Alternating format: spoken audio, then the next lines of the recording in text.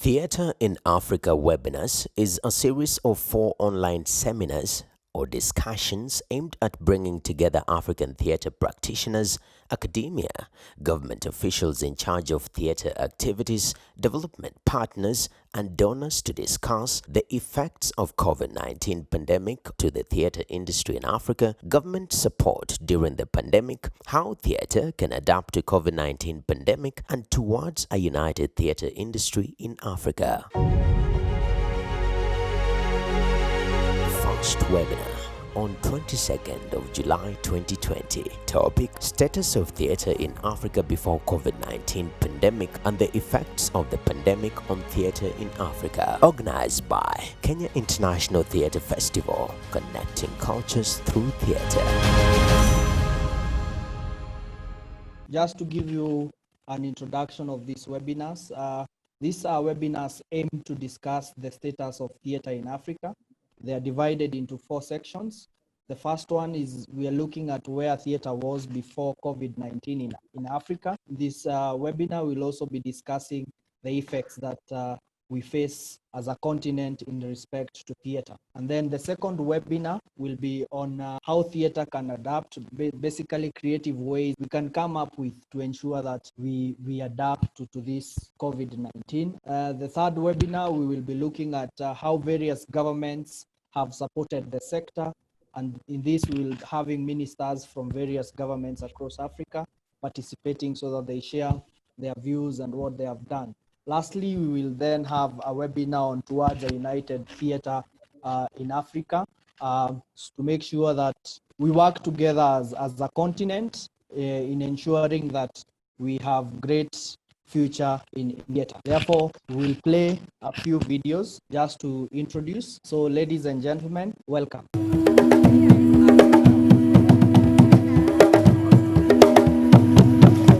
Kenya International Theatre Festival, an annual theatre festival that celebrates Kenyan theatre and also stimulates artists and audiences by bringing international acts from across the world to showcase theatre and also to interact and experience other cultures from around the world. It has been a fulfilling experience, growing each year, trying new things, experimenting with new activities and new ideas. It actually creates opportunities for us to network further and get other opportunities. You're coming to watch performance, you're coming to learn new culture, you're coming to interact with other people and create networks, know what others and where they are in terms of theatre, their productions, their technique. Above all, it's in Africa and we just love Kenya. It's a beautiful country. So, welcome back. I think we now have Millicent, Makaula, Mai, Hope, and Ida. So I will delve into it. I will ask the panelists the few questions and they will give their opening remarks. Our panelists are Ida Naluboa, Director and Content Manager at the African Theatre Magazine, Hope Azeda, Founder and Artistic Director of Mashirika Performing Arts and Media Company, Millicent Ogutu, the Kenya Theatre Practitioner and Council Member of the Kenya Cultural Center, Mai Mohab, Founder and Artistic Director of My Puppets and Director at Cairo Puppet Theatre, and Mahaola Ndebele, who is the Artistic Director of Joburg City Theatres. Our moderator is Kevin Kimani Kahuro, who is the Founder and Festival Director of Kenya International Theatre Festival, organized by Kenya International Theatre Festival, connecting cultures through theatre. I will start with Millicent Ogutu, and from a perspective of being a member of the Kenya Cultural Center Board, may you just give us a brief of how theatre is in Kenya, and maybe just a brief background and where we were in terms of theatre in Kenya before the pandemic. I think a brief introduction. Millicent Ogutu, I sit on the Kenya Cultural Center board. The Kenya Cultural Center is a national, incorporates the national theatre, which is basically the hub of theatre performances and cultural activities in Kenya. The Cultural Center is funded by government. It's a semi-autonomous government agency, so we get funding from government to assist in running the programs.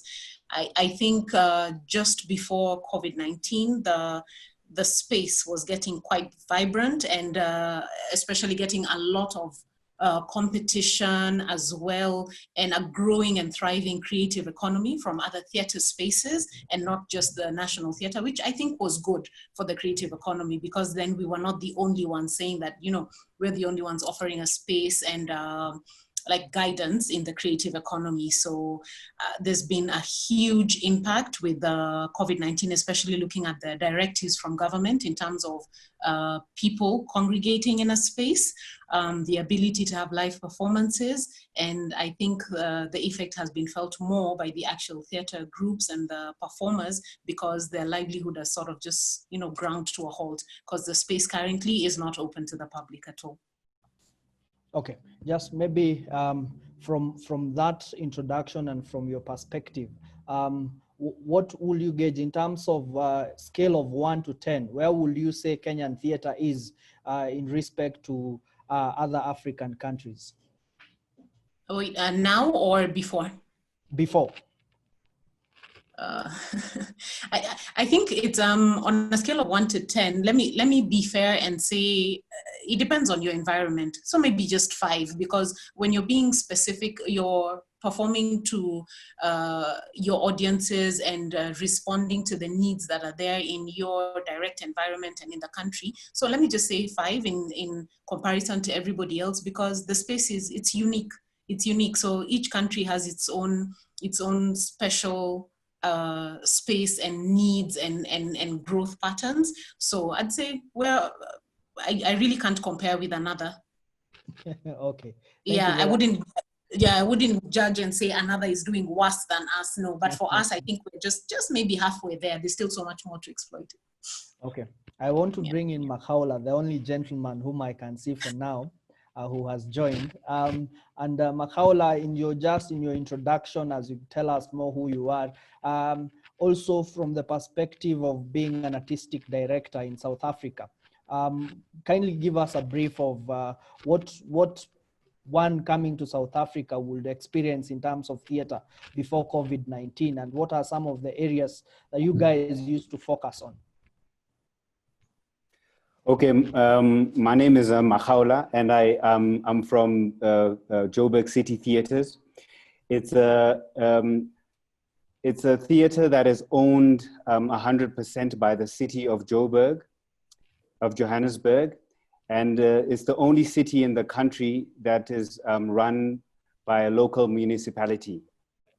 So we have cities that are funded nationally, which are in Durban, in Cape Town, and in Pretoria. The State Theatre is in Pretoria, and then we have JCT, and then Joburg City Theatres is comprised of 3 theatres, which is Joburg Theatre, Soweto Theatre, and Roodepoort Theatre. They're in different areas in and around in Johannesburg. So being a state, a local, a municipal entity, it has made it that we're really part of government, and government or government in terms of the local city of Johannesburg. And the mandate coming from there is to really try to get as much diversity as you can in terms of the productions you put on. And we operate in 3 ways. We operate with independent producers who come in and fund, who come in and put their productions on. And we also enter into partnerships. And then we also produce shows in-house. So that's kind of like the 3 different ways that we work with people. And then every now and again, we go outside and source productions internationally to come in, so that our local Johannesburg community get a flavor of what's out there. The theater scene is very competitive in South Africa. We're competing with the casinos, who usually get the big Broadway shows from the US. and put them on their stages. And we have university theaters which cater primarily to the students, and more your academic clientele. And then we have your community-based theaters, which productions which happen more in community halls. So we've had we have a huge array of different types of productions being put on. And for us as the company, Joburg City Theatres, over the last 2 years, it has really been slowing down in terms of, when I say slowing down, in terms of income. So our subsidies are getting less and less, and there's more pressure for us to be self-sufficient. And that has been our major challenge.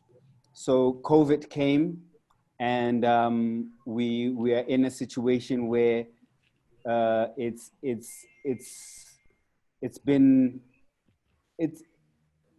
kind of given us an opportunity to step back and reassess how we do things. We are now more engaged in the online space, and even after, I think what will happen is that there will be a duality between what is happening online and what is happening in the theaters. So a bit like the sports model, where the live thing is happening, but you have cameras recording it. So as an introduction, I think that's where we are. I think this is both has been very stressful, mostly for the artists and the producers, but it also presents us with new ways of doing things. Okay, thank you very much, Mahaula, for that introduction.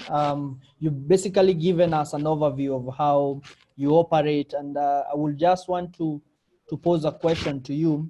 In terms of employment, what do you think is the number of people employed in South Africa by theater? Wow, our company employs about just over 200, and then wow, it's quite a number. It's quite a number. Most of the people, it's freelance work, and then the theaters, the different theaters. So the state theaters, there's about, oh, it's hard to say, but it's in the thousands. It's in the thousands. That's a bit is very encouraging. I will move to Hope from Rwanda as Mai sorts out audio. Hope, as you introduce yourself, and also running a theater company as an independent theater artist, and also festival. Can you tell us basically a brief background about theater in Rwanda and what forms of theater you have in Rwanda? My name is Hope Azeda. I'm the founder and artistic director of Mashirika Performing Arts and Media Company. I'm also the curator of Ubumuntu Arts Festival. And yeah, theater in Rwanda, I've been on the road for 20 years. We were supposed to be celebrating 20 years this year. We had a long program way before Corona to December, but that's a different story. But in terms of theater, what was vibrant more here is radio drama, because of all the sensitization and mass communication needs that were needed after the Rwandan 1994 genocide against the Tutsis. So there was a lot of radio being used.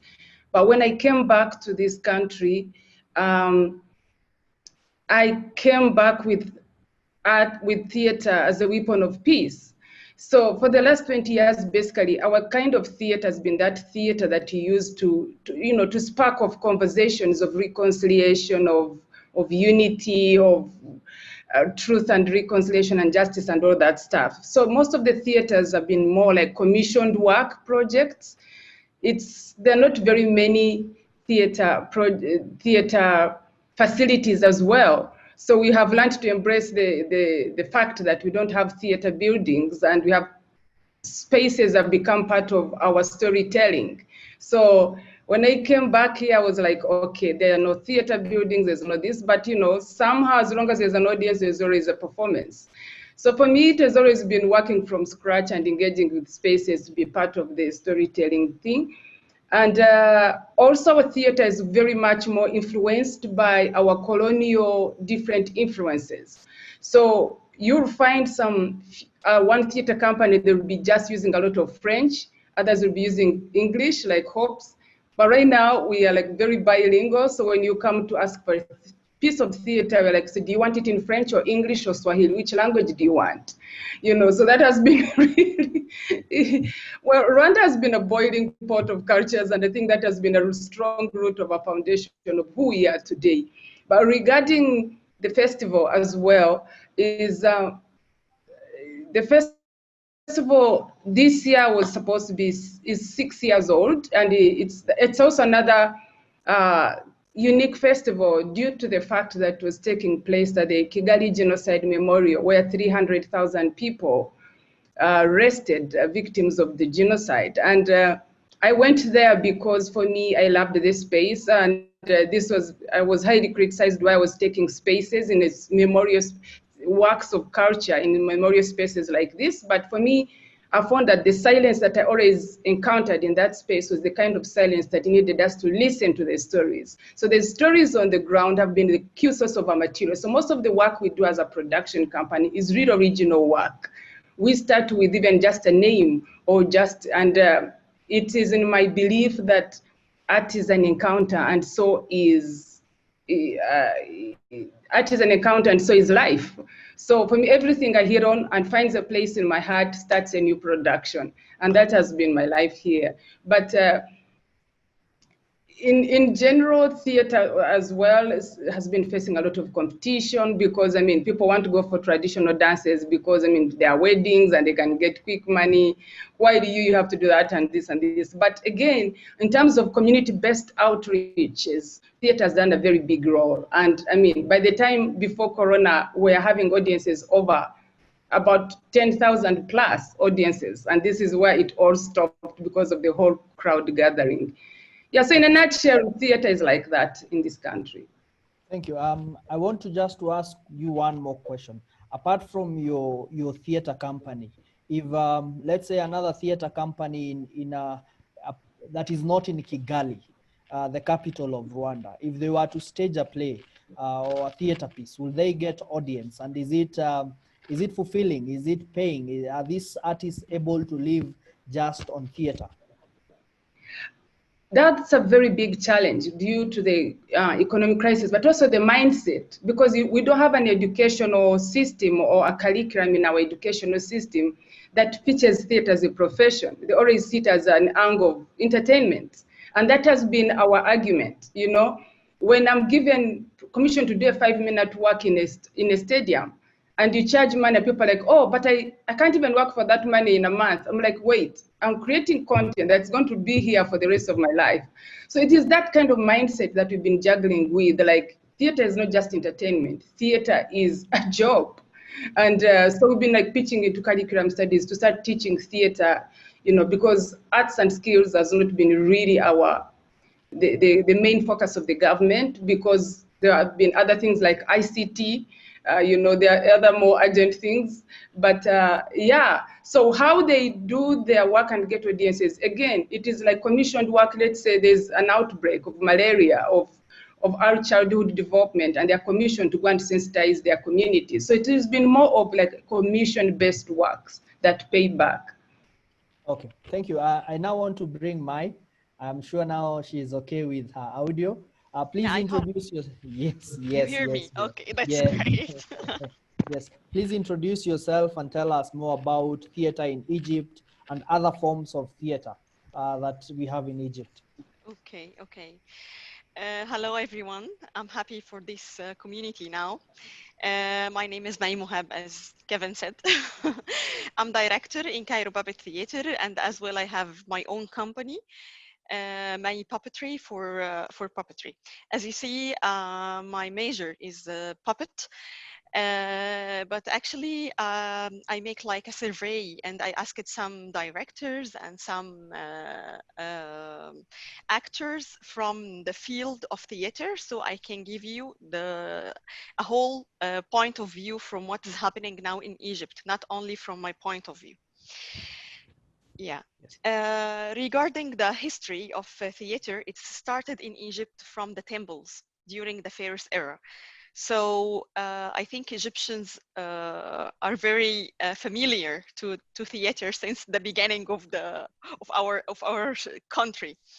In Egypt, we have some governmental theaters.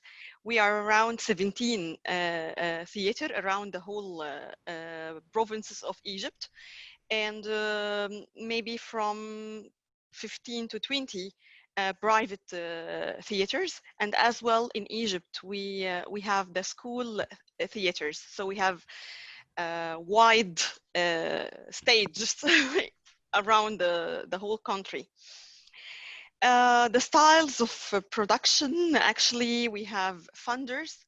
We have the government plays a great role in the production of theater and culture in general. We have a sector related to the Ministry of Culture that's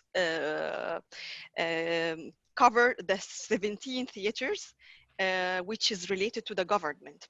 Okay, by the way, when I said 17 theaters, it doesn't related to the operas. Regarding the operas, we have more than one opera in Egypt.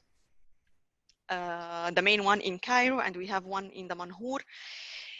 And I think everywhere, everywhere we have this cultural production. What else? Okay. I'm talking about the production. Some funders and some businessmen, they support theater and they support the independent artists. Actually, I think those are the really people who are suffering, because the government represent the culture and the theater not for the professional profit wise. They are giving culture and to the Egyptian people, you know, without paying too much. So we don't hold how many people will come to my theater, as I'm a governmental theater. But it's quite different for the independent ones, because if you are a governmental artist, as me, sometimes, because I'm working in the Ministry of Culture as well, I don't carry much how hard to product my project, because the government is responsible to do so. It's not randomly. Actually, it depends on certain criteria, and some specialized who should say, okay, this project can be produced by the Ministry of Culture or not. Not any person in the Ministry of Culture go, okay, you can direct and you can start a project. No, it's related to criteria, and all of us know it. But the challenge is for the independent artists. As well, I had some interviews before the conference with those independent artists. Before the corona, maybe it was easier, but actually now it's really hard. You know, according to the procedures, the safety procedures that the government set, which all of us should follow, even the governmental or the private sector, to have only occupation of the theater 25% only. For my theater, it means around 80 chair, you know, from 350 chairs. Okay, thank you very much. Yeah. Thank you very much. Yeah. I will come back to you in a moment, but I want to go to Ida. Being a content creator and content manager for the Theatre African magazine, where was theater in Africa before the pandemic? Ida? Thank you so much, and thanks everybody. I'm listening to all of you, and And I'm thinking there's so much going on in all these places that we need to tap into. So I'm the content manager for the African Theatre magazine. We're fairly new. We are, I think, 2 years now. Yeah, 2 years now. And our goal is to document theatre activities on the continent. So we reach out to people and ask them to write for us, and let us know what's going on in their parts of the world, so that we can put all that together on one platform and make it available for other people in other places. And I'm starting to see a lot changing. Like when we started, everyone that came on board, everyone that was writing for us was writing reviews, production reviews. So we had a lot of those, because a lot was happening everywhere. And now that there's still stuff going on, especially, and I actually like to commend everyone, all theater makers, because the COVID came and everyone just kind of said we're doing this either way, and they've found ways to keep creating and keep producing theater. And they're going virtual, they're using YouTube.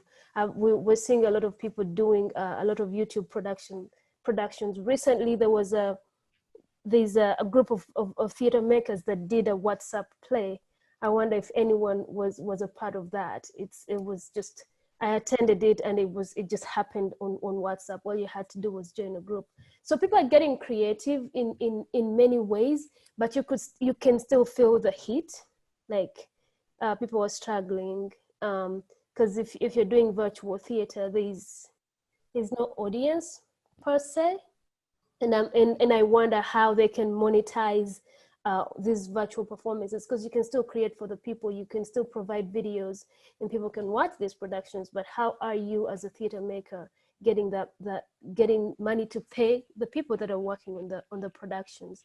And also it takes away, because we all know theater is supposed to be live, and in this case it's not. It's people in different places in the world, and in their beds, converging in some way, but behind their screens. So I think well, first of all, I think there's still a lot to do. Like Millicent said of Kenyan theater, said they are at about 5 out of 10, which I think is the case in most countries. But I feel like, for me, I feel like COVID, although it's a challenge, although people are racking their heads, thinking about what to do next and how to go on in the next month, seeing as we don't know when this is going to end, and with the capacity being cut, like attendance, like Mai said, and like Millicent said, the theater is closed in Kenya, but people are finding more creative ways to create, and I think that's a great thing. It's challenging, but it's a great thing, because we're supposed to be creative. We're supposed to be always reinventing ourselves and finding ways to do our work. And it's not the best circumstances, but I'm glad people are actually finding all these creative ways to keep producing and keep providing theater to those that consume it. Thank you very much, Ida. And I want to come back to Millicent. And we know that Africa, especially theater in Africa, there is what we as Africans used to do, what is normally referred to as African theater, before most of the African countries were colonized. And I just want to get your perspective, where we have most theater productions in Kenya, and maybe also after Millicent Makaula can delve into this and tell us what is happening in terms of African traditional theater, and where are we so far, or have we completely, or before COVID, were we completely emerge and doing the Western form of theater? I think just tell me what's African theater. Like when I studied theater, you know, every African activity was theater. You know, like rites of passage were theater, Yes. and we've tended to move away from those traditional theaters, and we've gone to the space, the actual theater space, and do production there. So how would you marry those two, and where do you think we are? I think there's been a great shift from what you describe as African theater, where there was the sitting around the fireplace with your grandma and getting wonderful stories told to you, and you all get excited about it, and you would look forward to your Christmas or the holidays going up country, and knowing that there would be just to celebrate the new moon and stuff like that, there would be dancing, and there'd be celebration and storytelling. And now there's a lot more, and I think there was a lot more of that shift towards theater for development at some point, which is what Hope is talking about, that they do a lot of theater for change, where it's being used to pass a story and to incite a call to action and behavioral change and stuff like that.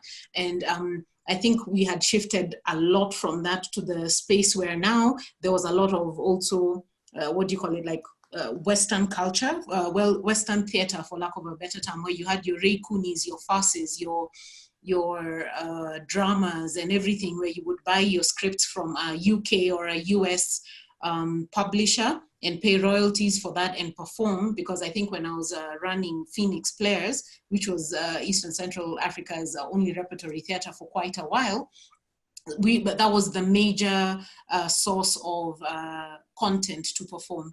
So these were already plays that had been written, probably didn't really resonate with the Kenyan audience, but then because it was,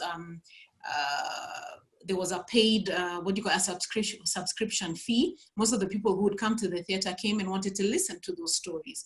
And there's been a shift since around 2010, 2012, where a lot of theater companies now have started commissioning Kenyan writers and African writers to do stories that resonate with audiences. So people started talking more about FGM, female genital mutilation, to say what are people going through. People started talking more about death. And I think some of the best performances that I was in when I was at Phoenix were the ones that were written by JPR Ching, and they resonated with the family. Obi Obiero, who did The Striped Leopard, and there's also Kajetan Boy, who did a very interesting piece about people in a morgue. And we don't talk about death so much and things like that. So there's definitely a shift towards more stories that resonate with people. And I think right now in the space that we're in, just like Ida says, people have now realized that we need to create. And what's happening now, a lot of people are thinking out of the box and saying, how about using Zoom as your platform for having a play? And now the challenge is, how do you monetize that? Because I think creativity is not the challenge. It's just how to monetize. Because I think with theater, you constantly have the challenge between one thing is, okay, I have the performances, I have my actors, they're wonderful. How do I draw in an audience, and a paying audience that's not going to complain about the amount of money that they're paying? So I think there's definitely a shift and a growth towards what's relevant in a particular space. And I'm hopeful around that. And I think it's going to get better. So I don't know, have I answered your question? Yes, because you've mentioned how we've shifted from the traditional African, then we went into the more of Western plays, and now there is a shift back towards African stories. And maybe just to bring in Mahaula, how is the case in South Africa? Do you guys just produce plays from Western? Is there a fusion from the African community? How is it theater in terms of addressing African culture? How was it before COVID? Okay, so South Africa is a very, at the moment, it's a very political environment, if I can put it that way. So historically, so we're very strong in musically as a nation, and as well as in storytelling and dance. So those three things. And then in the African context, before Europe came in, I think, as you mentioned, rites of passage, when somebody's born, when somebody goes from puberty to adulthood, and marriages and death, there's always some sort of performance that happens. But then, and it's still happening. But what we're talking about, and then what happened was, alongside of it, when Africans were not allowed in the authoritative institution, government institutions, and the popular spaces, the European theater was happening, and it was mainly Afrikaans and British of British descent. And in '94, and then what happened was, there was one theater, I think the Market Theater and the Space Theater in Cape Town, little theaters where we're allowing Blacks to express themselves. And what we found was, most of the African theater makers were making stories that were really in opposition to the status quo. So, and what we later termed in the 80s as protest theater. So a lot of that happened, and then that drove us right through into the 90s. In the 90s, what happened is, now we were independent, and all of a sudden, we were in a situation where we had to redefine ourselves. Okay, now we're politically free, and now we're running these institutions, especially the government institutions. So what it meant was, now what type of stories are we telling? And the default, we started telling political stories. It was time of the AIDS pandemic. We were telling AIDS stories. We were still using theater to highlight problems of society. As we entered the 2000s, and then younger people were coming in, the stories are starting now to be more personal. And people are also using theater as healing. We're a very injured nation, and there's a lot of healing that still needs to happen. And then we have a drama therapy institution where people are trying to use theater as healing. And there's traditionally what's called ingoma, where we have traditional healers. It's still a form of performance, and there's a lot of that still happening. But in the structure, in the institutions, what we still haven't found that thing of being able to bring the African audiences in. They still come to the big musical shows because music is still a big thing. But it's still a struggle for them to see theater as something to come and enjoy in the evening, which has historically been in the Western, how it's been set up before by the whites in the country. So I think in the Black population, we still are yet to have it as part of who we are, and something that you want to pay. And I like what Millicent talked about when monetizing it. And I think the next big thing now is how do we monetize it, and how do we make it sustainable? So that's the next big thing. And the internet, with all this COVID, has allowed us to see that we can actually incorporate it and use it as a way to kind of create that sustainability. And the audience is much bigger. So now I can make a play. I mean, I just watched Hope's Festival from South Africa now, and it was great to see. So what I'm saying is that now we're able to reach more instantly a bigger audience, although the first prize is still seeing it live.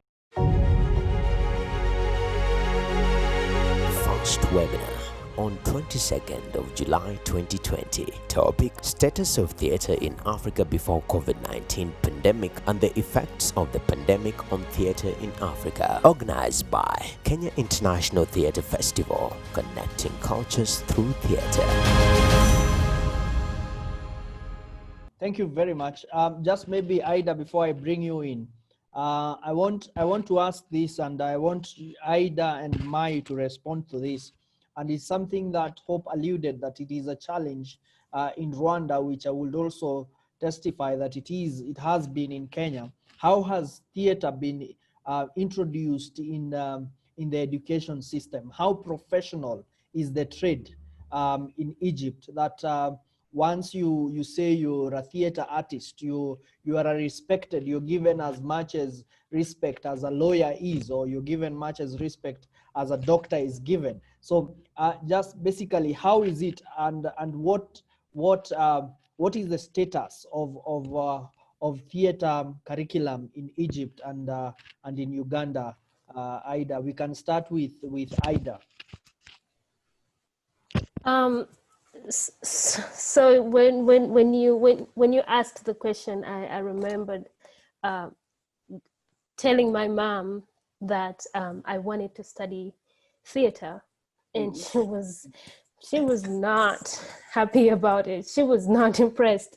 I remember her telling me, if you want to study theater, go to Pride Theater. By then there was a theater company, which now is a church. It used to be called Pride. It was not a theater company, it was a theater space. It used to be called Pride Theater. It's on, that's Namirembe Road, I think, in Kampala. And so she was not impressed. And I remember, like, at that moment, at that time when I was going to university, there was still no degree in theater. I think right now there is the Makerere University awards degrees in performance, film and theater performance. I'm not sure about how it's called, but back then they had a diploma, which was music, dance, and drama, MDD, and people used to call it Musiru Dala Dala, which is stupid through and through. It was a running joke. So like, that's not a thing you would go to, like, I would not convince my parents. I ended up going, studying education, training as a teacher.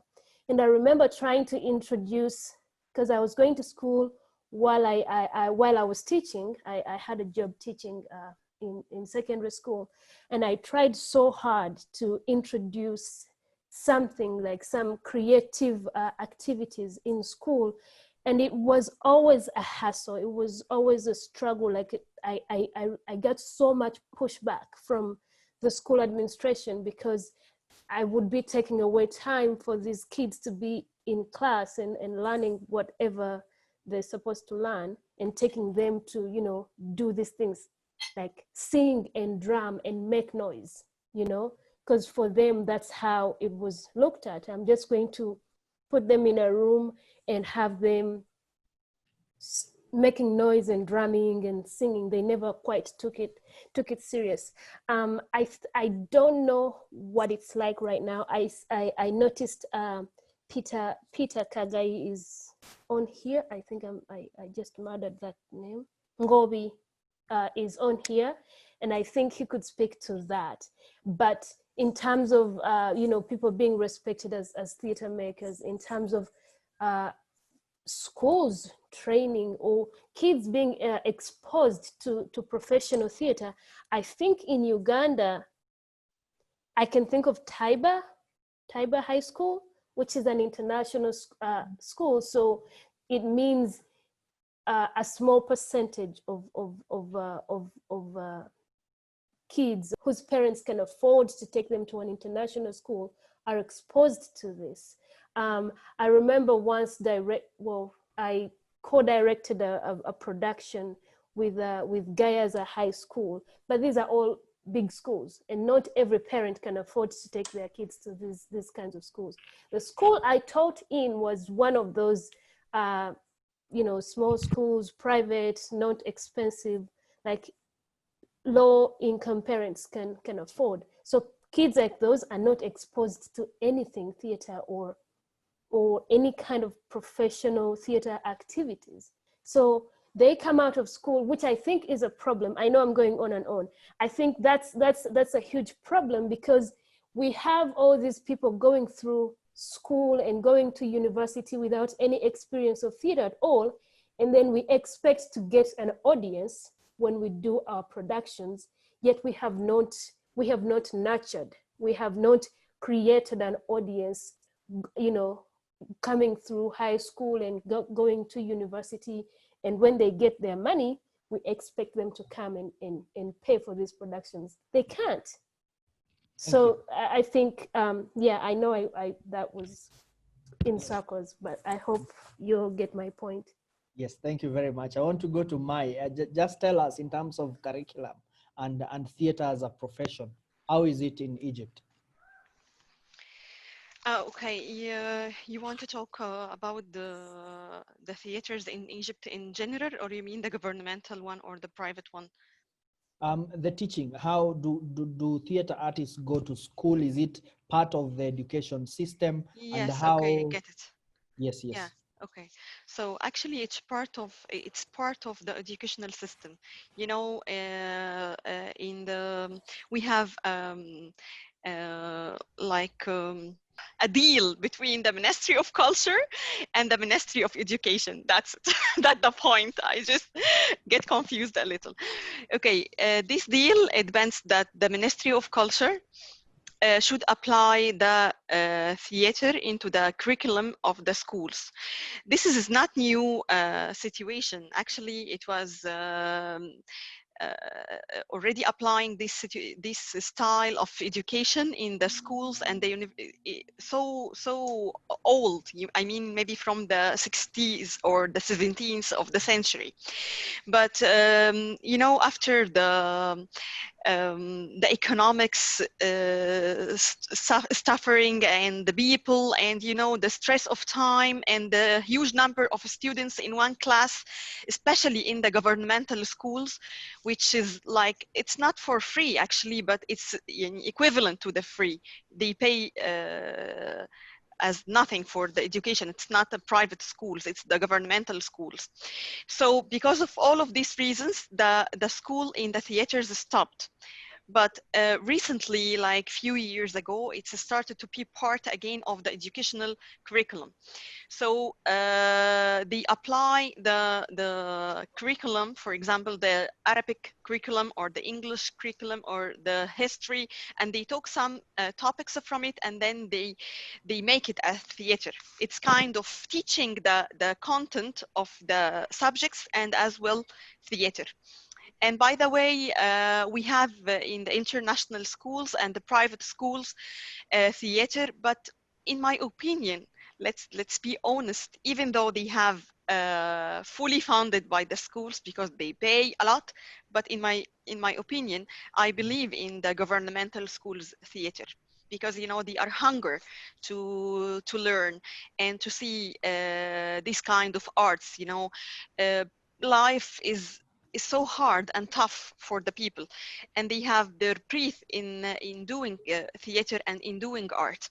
And let's say in the universities, the theater always there in all universities, like medicine, law, commerce, all kind of universities. And for my university, the fine arts faculty, also in all faculties and in all universities we have theater. And most of the heroes, the actors and the actors now, and not only now, even for 20 or 30 years ago, they are the offspring of the university theaters. And by the way, we have the Academy of Arts in Egypt, and also we have the fine arts, and we have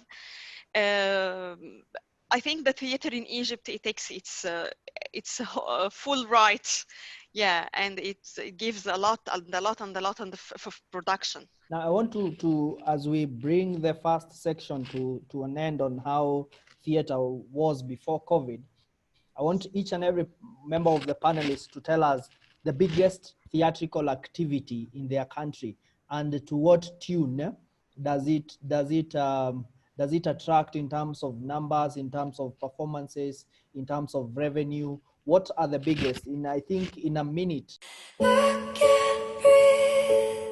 Stop. Take a second. You are here. You have made it this far. Breathe. Take a breath and exist in the now. You are a culmination of a world of experiences and cultures. You are, and the only one that there is. Live. You are a marvelous being, a unique thread on the tapestry of humanity. Enjoy it. Join us at the Umunu Arts Festival as we explore and celebrate what it means to be human. At this year's virtual festival and conference, we will take you on a journey across the world of humans through unique artistic expressions and conversations. We are human together. Theatre really, revenues really come from commissioned work because there is a lot of sensitization programs and rewriting laws that the communities may never understand. And then you find that there's just like massive commissioning of works for people to, pass on information via entertainment. But the other kind of theatre that really brings in is the like commemorative works, which is more like testimonial theater for huge days of commemorations of the Rwandan genocide on the 7th of April, like in big stadium theaters. Just the radio beauty is also like radio drama. We shift radio drama also. It's really one of those things that people are making money from.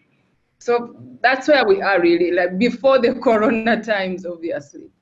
Okay, I want to go to Millicent. I think the biggest area would be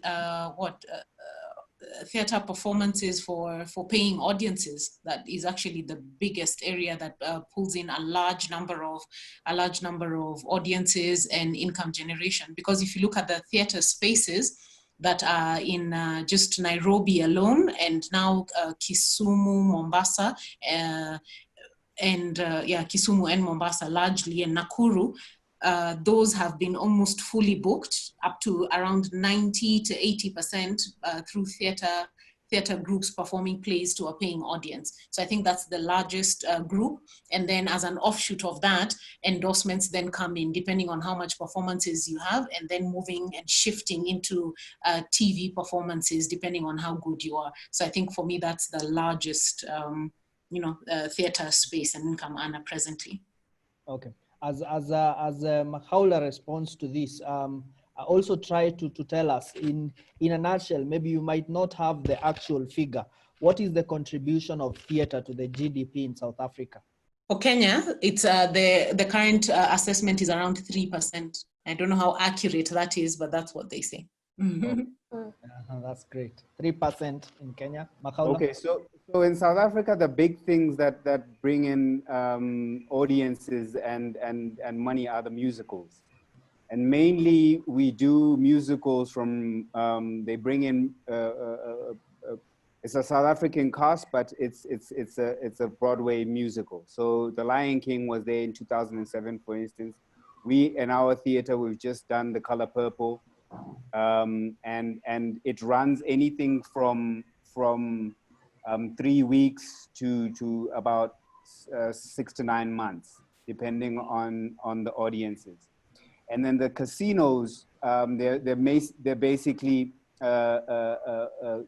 have the monopoly on that. So we kind of straddle the commercial work and the community building sort of work. So we are in the middle of that. I can't guess on the figures, but what I know that the Department of Arts and of Culture has said the contribution of the creative industry runs, it's in the billions, 1 to 3 billion rands. That's rands, and then in dollars, I'm not sure. I think you could divide that by about 12 or to 15, depending on the time. So that's what's happening. Okay. I come to what is the biggest theater event in Egypt, and what is the contribution of theater to the GDP? Okay, we have many festivals actually in Egypt. So the festivals is a community to receive a lot of audience because, you know, in the festivals, the shows in Egypt, not in your country, because when I was in in Kenya, I saw people pay. You have to pay for even the foreign performances, but in Egypt it's different, you know, because the governmental festivals cover all the expenses. Like we have the contemporary festival, for example. I think you heard about it, and we have the National Theatre Festival as well, and many related to the government. Those related to the government are free for tickets. So it's a great opportunity for the audience to come and see international performances and even the local one for free. So just you have to take yourself and go to the theater and watch. Except the festivals, only the opera house who is receiving international shows, and we have to pay a lot to attend those shows. For example, I think we have many Russian ballets. We have the Fire of Anatolian. We have many, but until now we didn't have the Lion King yet. Like you, Mahaula, I wish to see it on stage. Okay, Yeah. Aida. Sorry, could you rephrase the question? Yes, in terms of Uganda, you might not actually be in Uganda, but what is the biggest theater event in Uganda? So yeah, I am not currently in Uganda, but I like to pay attention to what's going on, and I think like the biggest thing that's happening, maybe I like to say like a blessing to Ugandan theater, are two things. The Kampala International Theatre Festival that happens every year. I think it's new.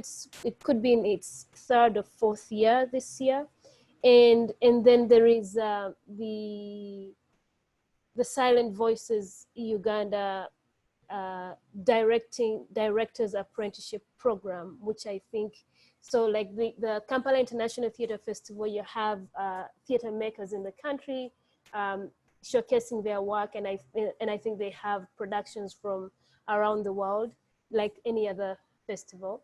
And then the thing I think that makes Silent Voices Uganda directing apprenticeship special is that they are trying to to train theater makers, which I think is something we need. When I was doing theater in Uganda, I only worked with a few people that actually went to school for this and studied it. Most of us were doing it because we love this thing, and we do it, and we find things that work, we keep them, and the things that don't work, we discard. So I think I think the apprenticeship is a blessing for the country and the continent as a whole, because I think they started accepting applicants from all over the continent.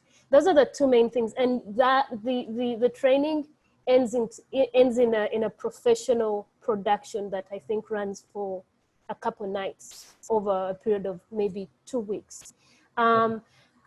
Those are the two things that get most of the attention. However, that does not mean there's not theater happening. I think the issue with Ugandan theater is that it's kind of divided into, like, you have an audience that goes to the National Theatre Uganda, and then you have an audience that goes to theater spaces like Bat Valley Theatre.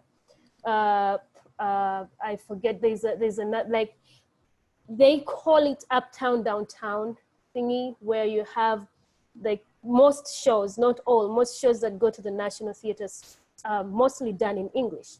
And then you have shows that do actually pull in the numbers and have a steady audience that do their work in Luganda, that most people that would probably go see a show at the National Theatre would not go to see down at Bat Valley Theatre and Okay. There's another theater space that I forget the name. But yeah, that's kind of how it's structured. Yes, thank you. I want to remind all the those who are attending this webinar that you can ask your questions to the panelists through the Q&A section. There's a button, there's a tab on Q&A. You can write your questions there, and the participants, the panelists, will be able to respond.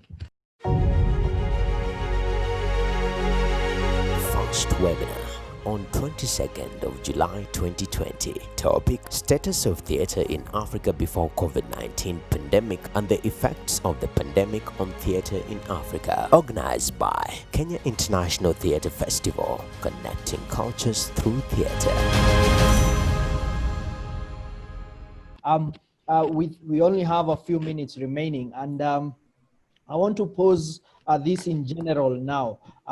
What, in terms of effects that the pandemic has brought, what would you say are the major effects that the pandemic has brought to the theater industry in Africa with respect to your various countries, and to what level, to what magnitude has this been felt by theater, the practitioners, the government, because we have like Millicent, who is a member of the council. What is the effect of the pandemic in theater in Africa? We can start with Millicent. I think the effect, for lack of a better term, I should just say devastating, because you can imagine just before the pandemic hit, I mean, the first case was announced in March. Bookings were, the space was completely booked at the National, and for other theatre spaces, it was difficult to get space if you're not booking months in advance. And then theatre practitioners had invested time, money in rehearsals, preparing for shows, and planning for the rest of the year.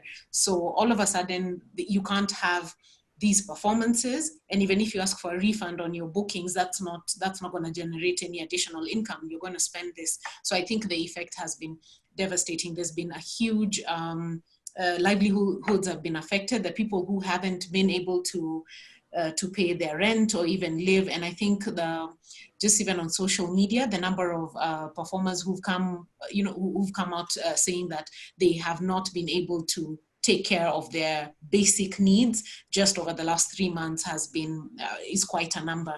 And then in terms of government support, there's been quite an impact, because government has had to reallocate the resources they planned on giving certain state agencies to run programs. There's been restrictions on travel. So if you are going to then support programs or undertake programs in a county or in a space that's a couple of, that's out of your current county or state, all those have been cancelled, and there's been restrictions on travel, and government itself has cut down the budget on travel to 0%, and those funds were reallocated to fighting the pandemic. So the effect has been felt, and it's not only, I think the challenge also comes from the fact that theatre, arts, and performance has not been held and regarded as highly as you asked, as your medicine, your law, and all the other professions. Therefore, taking care of the theatre practitioners doesn't come really high on the priority list of how to reopen that economic space and getting it back to operating. So I think it'll take a lot of rethinking, work, and lobbying to just get us back to a proper space. But in terms of the effects, it's been bad across the economic sectors and the commercial spaces. But I think also theatre performers, it's worse, because a lot of theatre performers usually depend on, I get work, then I get paid. And now that there's no work going on, then there's no money coming in. Okay, thank you, Millicent. Hope? So I was just saying that really the creative industry has been hit badly in our country as well. When the pandemic came in, and we were, as a company, we were working on our production for this year to be part of the Women Arts Festival, whose theme was Breathe this year. And then we couldn't do anything, and we couldn't do our usual testimonial stuff that we usually do in the month of April. we had to like start working at our homes, but really everything has been frozen. Everything has, nothing is happening. Nothing's really happening. And all this social distancing thing, and I was just looking at it how when we're preparing the virtual festival, how the local participants, I would have to take them to, how we would just have to do the collaborations along the way. But again, for me, this was for me our time to shift our game, where technology has worked in our space as artists or as human beings, to start, working out strategies of digital migration, because this is where the world is going. And I must say that for me, in this whole period of the 3 months, I've been working on just migrating the festival to online, and I have learned so much, connected more. And I doubt whether I'll bring my both legs back to the land. I'll have one land in the digital space and one land on the ground, really, because that's where it is. We've been able to even work as 3 countries apart and created this content. And I think if we shape up this space and monetize it, and now next year people can, pay to watch, pay to register. I think for me, this is the new norm. We just need to go digital. We are talking about colonization. We're talking about what now we need to talk about digital theater. And how do we bring the human element into this space? So that's where for us we are on this process of digital migration. Okay. Yes. Mai? Okay, maybe when I was talking about the theater, you think it's very refresh area about the situation of theater in Egypt, but actually it has been affected so much by the pandemic, COVID-19, especially the private artists. We, like all of or most of the countries, we used the internet and the YouTube and Zoom, another spaces for our performances. That's sufficient for the audience, but not for the makers, for the theater makers, because it's not paid. It's only let you feel you are doing something. You are not rusted from staying without work. That's all. But regarding money, no. For us as employees in the Ministry of Culture, we take our salaries, but only salaries. When we perform, we have an extra fees for the performances, which affects also the economics of the artists that working in both sectors, the private sector and the governmental one. And also, like most of the countries, the festivals are, it's not postponed, but actually it will be also online in the virtual life that we are all now in. In my opinion, it's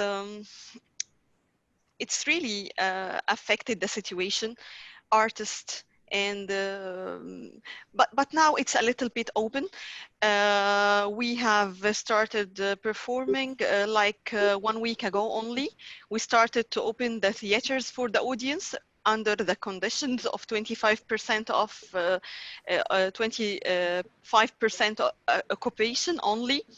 And as most of you said, it's fully booked. That's mean the community is hunger and starving to see theater again and again. Okay. Yeah. Thank you very much. Just Ida, as a content writer, how have you been affected, and how has the Africa Theatre magazine been affected by the pandemic? Honestly, I don't know that we have been obviously affected in some way, but because there's not a lot to write about. So I'm encouraging people to just, write feature stories, look at the people around you, write about the people that are creating this theater, write about the people that created theater, years ago, since there's not that many productions to review. But I would like to use this time you have allotted me to bring up something that worries me as a person that's in this industry. As we find ways to digitize theater, and we're thinking about how to monetize this theater that we put on online platforms. And it's a great thing, you know, like we're finding ways to still produce even when things are not good. And even when things go back to normal, we can still cater to both audiences. But my worry when it comes to virtual theater is I always think about my grandmother who does not have a smartphone. My grandmother and her friends who do not have a computer and have no access to the internet. Because when we create productions virtually, they can be accessed on YouTube, and you need you need data to access those productions. If you're using your phone, you still need mobile data to access those productions. And we have to be realistic about the situation on the continent. Those of us that, you know, that live in the cities maybe have some access to the internet. But what about people who don't have that kind of access? You know, how do we bring them in? I genuinely don't know. I ask this question. How do we bring these people in? How do we get them to partake and experience this theater that we are now putting online, because that's the only way we can produce it, knowing the issues with internet connection in many parts of the continent. That's just something I want to put out there. Thank you. And maybe Kevin, can I just tell you, she reminds him of the intervention in Ghana when kids were told to stay at home, and most of them were poor and they did not have access to education, and they had to create content for radio. So radio is working more for community, for people who cannot afford the internet. So, you know, it goes back to that, like mediums are supporting each other in either way. So what we can do online, we do it radio, just for the poor people without internet connections. First webinar on 22nd of July 2020. Topic: Status of theatre in Africa before COVID-19 pandemic and the effects of the pandemic on theatre in Africa. Organized by Kenya International Theatre Festival, connecting cultures through theatre. lastly, I want to go to Mahaula on this. What effect has theatre in South Africa been affected? Well, at the moment, we're what we call stage 3 of our lockdown. And that enables us to have a maximum of 50 people in the audience. So our biggest theater seats 1,069. So it's a challenge. So we won't be able to make any returns on any of the work that we put out. So what we have opted to do is really go for the online option. So what we're doing is that right now we're doing very short seasons. We have audiences in there so that the performers are able to respond off of an audience, but the whole thing is to have it to record it, and to record it in a way that really comes across strongly online. And similarly, a lot of we do have the internet connectivity is there, but it's not universal in the country by a long shot. So it's a thing that we have to work on. But I think we have to look at the lesser of the two evils. It's either we don't do it at all, or we have to do it under compromised circumstances. So we are doing theater, but we're getting a stronger presence online. Okay, thank you. Just taking from what Mahaula has said, under the Q&A section, there is a question that has been posed, and this applies to Rwanda and Kenya, because we hear South Africa and Egypt are hosting a few audiences. There is Tash Mitambo, I think from Kenya, has asked, what is happening?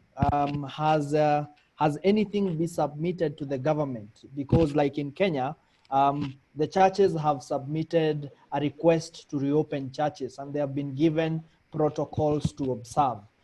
In Kenya and in Rwanda, has Has theater practitioners submitted anything to the government so that theaters can be reopened? Like we hear in Egypt, they have a 25% policy that's only 25 people are allowed. What is happening in Kenya and in Rwanda? Maybe I can start with Hope. I can start with the recent festival I did. For me to run like a few online, like live stuff, I had to go to use a conference hall, but again, I was limited to 30 people in a hall that sits about 5,000 or 3,000 people. So it was limited technicians, artists, no one you could not exceed 30 people. So what people are doing are like comedy nights, are creating their own little audiovisual studios in their spaces. They're turning their offices into audiovisual studios to go online. So nothing we've done to approach the government in terms of opening theaters, because first of all, they're not even theaters to open; they're just conference halls.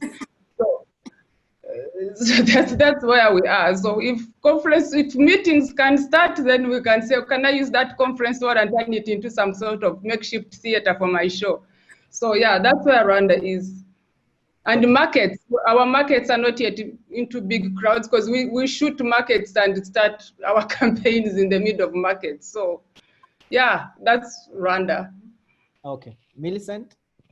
I think in Kenya so far, I'm not aware of any memoranda that has been presented or lobbying that has been done with the government so far to try and open the spaces. And in all honesty, I would say that if there was any attempt at lobbying for that, it would be shooting yourselves in the foot. You can get the go ahead, but if the spaces, if already the challenge was getting audiences in so that you can get full houses with paying audiences for you to break even, can you imagine now being told that you can only do 50% capacity or 25% capacity when your costs are not going to go lower? If anything, your costs are going to go higher because you have to now think about sanitizing the spaces, ensuring you offer certain, what do you call it, hand washing or sanitizers and all that space. And even just for, because when you look at the regulations that have even been presented for people to film on set, it's actually increasing the cost of production. So for me, I'm honestly thinking about how can people get to the space where you can now start doing theater plays and sort of adopting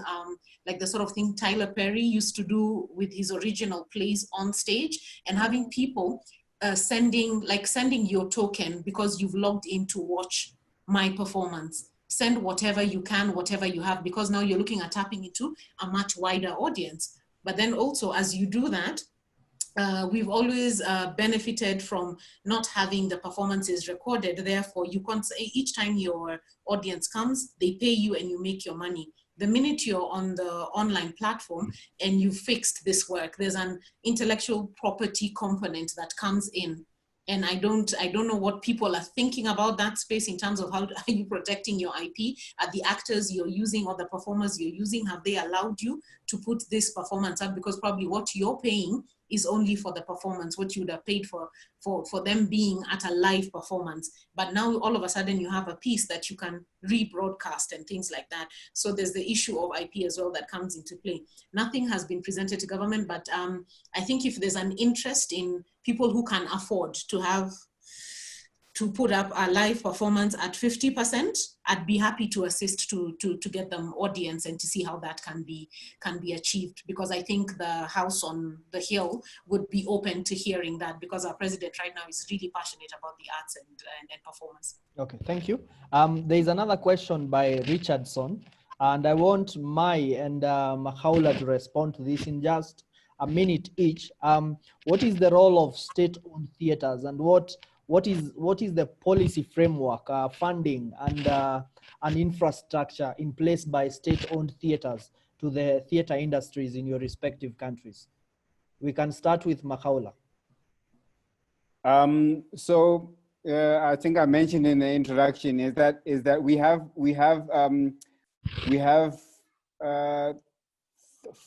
four. We have the Market Theatre, the State Theatre, the Playhouse Theatre in Durban, and Artscape. We have four national theatres. All they have multiple venues each, and they get grants from the government, and it mainly to support the physical structure, your CAPEX, and your operational thing. And then they mainly work as receiving houses and as rental venues. And then so to produce work, they need to start raising their own funds on top of what so the government gives you to be able to sustain the structure and to pay the people in there. And then for your content programming, it's either you have to have partnerships, people come to rent your space, or you raise money to produce your own work. So how that works. There is another question that has been asked by Cole. Do you have community theaters in your respective countries? Maybe Ida can start, and then we can have Hope. I think it depends on your definition of community theater, because the person who asked is referring to theaters in the rural areas without the luxury of structure like the urban theaters. So yes, I guess, and I say yes because that's where most of my work, that's where most of my experience is. I just don't know if, like, I would say there is community theater activity, you know, like a group of people go into a community and work with that community to create theater that speaks to the issues that they think are important to them. So you work with a group of people, they perform for the people, for the people in their communities. I would say yes. On what scale? I don't think there is enough community theater. You know, I feel like we can use more and more of these kinds of theater, especially when it comes to sensitization. Thank you. And Hope, I want to bring this to you because you said that in Rwanda you don't have the luxury of those spaces. So has that resulted into people wanting to go more to the community, or how is it? Is there community theater in Rwanda? Before Corona, yes, there was a lot of it. And the beauty about community theater or theater for development, whichever way we can call it, is that we go to the community. They don't come to us. So we go to the community and they're part of this meal of a production that we are going to talk about, because we do all the pre-test programs there, we develop the scripts with them, we develop focal points, but with COVID, there's no community theater. It's more like radio outreach programs just for the ear.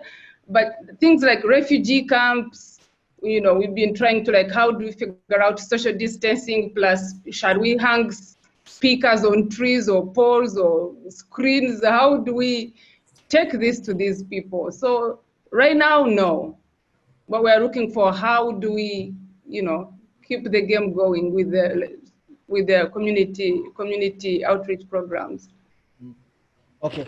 Last, as we wind up, there is a question that has been asked by Jack Chege on how we can unite theater industry, because he says he did a play from Zimbabwe and it was liked by people in Zambia and Kenya. But I'm sure we will address this in the last webinar towards a united African theater, so that we can get those opportunities to interact and change. But lastly, as I pose the last question, I want each and every one of you to answer this in 30 seconds. On average, what is the basic amount of money? We can say it in dollars. How much does a theater artist earn in your respective countries in a month? Just a random answer on average. Let's say it in dollars, so that we see how our theater artists, or how are theater artists surviving before COVID. You can start with Mai. Yes, actually, it's a very sensitive question. Okay, I will say it ranges for the governmental artist from around $120 to $320. 120 to 320. And from independent artists? No, for sure they can gain much money. I think they can gain maybe this 120 that I take per month, maybe in few shows.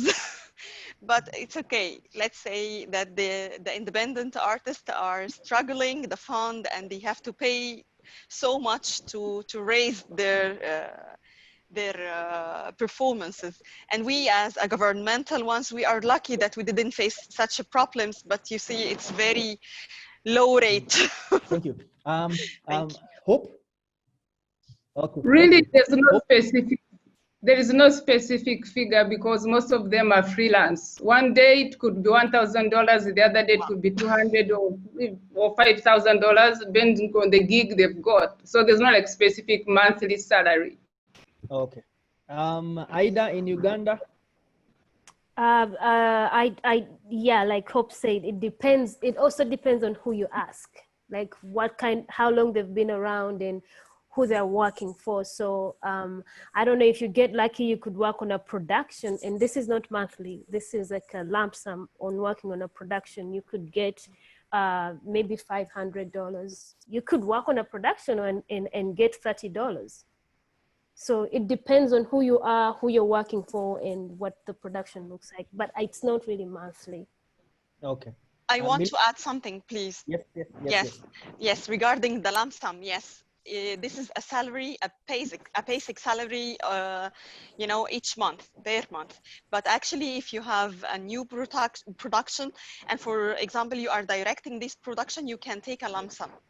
It deserves to work, but this is, in all cases, you are taking this money, even if you are working or not.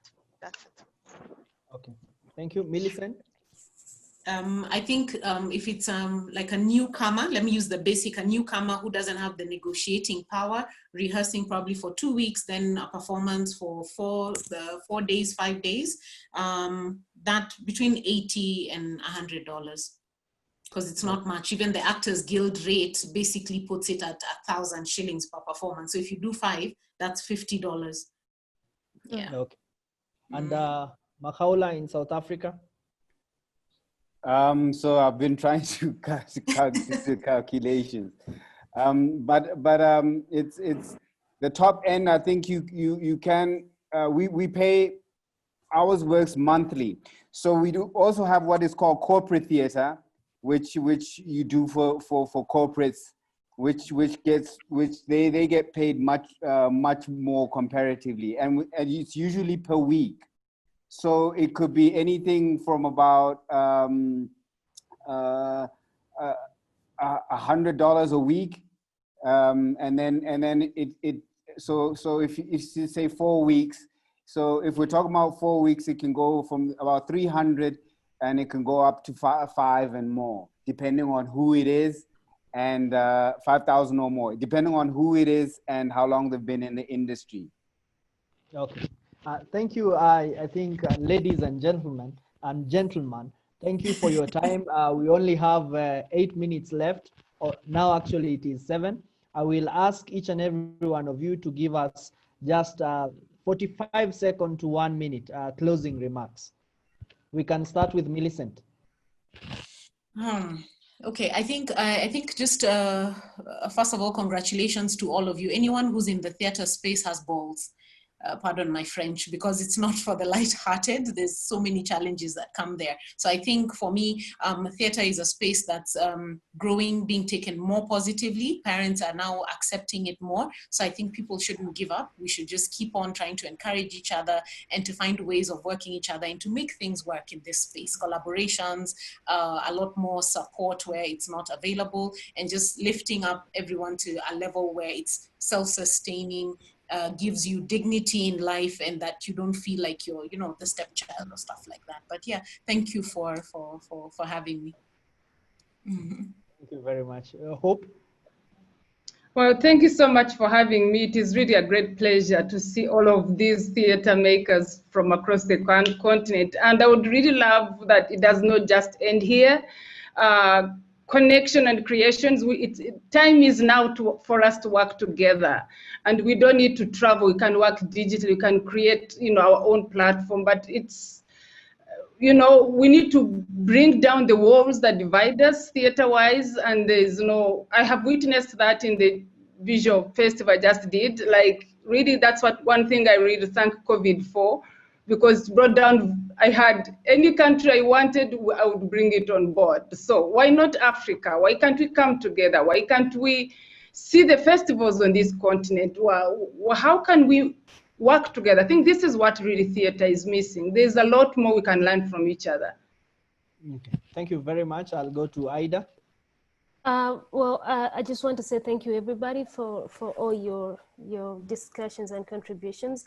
I think for me, the thing I wanna say is, and also encourage all of us to do, is to document our work, to keep documenting what we do and share it with other people, so that we can inspire other people, in the people that are coming up, because there's a huge gap. You know, the person in Gambia doesn't know what's happening in Egypt, and the person in Egypt doesn't know what's happening in South Africa. Like those kinds of things, I think we can draw inspiration from each other if we document and share the work we do.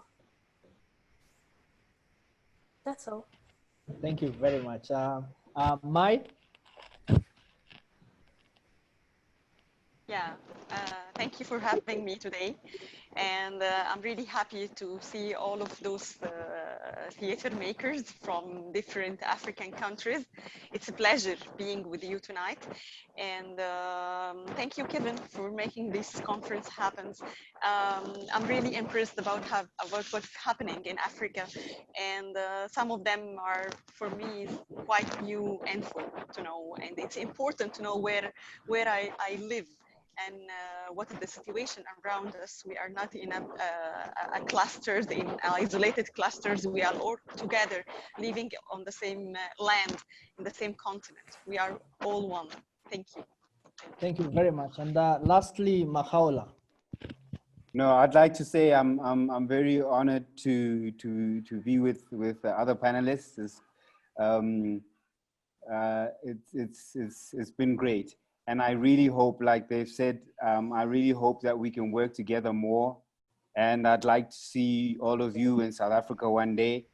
And I'd like to travel to your countries as well. Kevin, you're doing great work, and yeah, with the festival in Kenya. And I think we're on the right track, and we should continue to hold hands together and work together.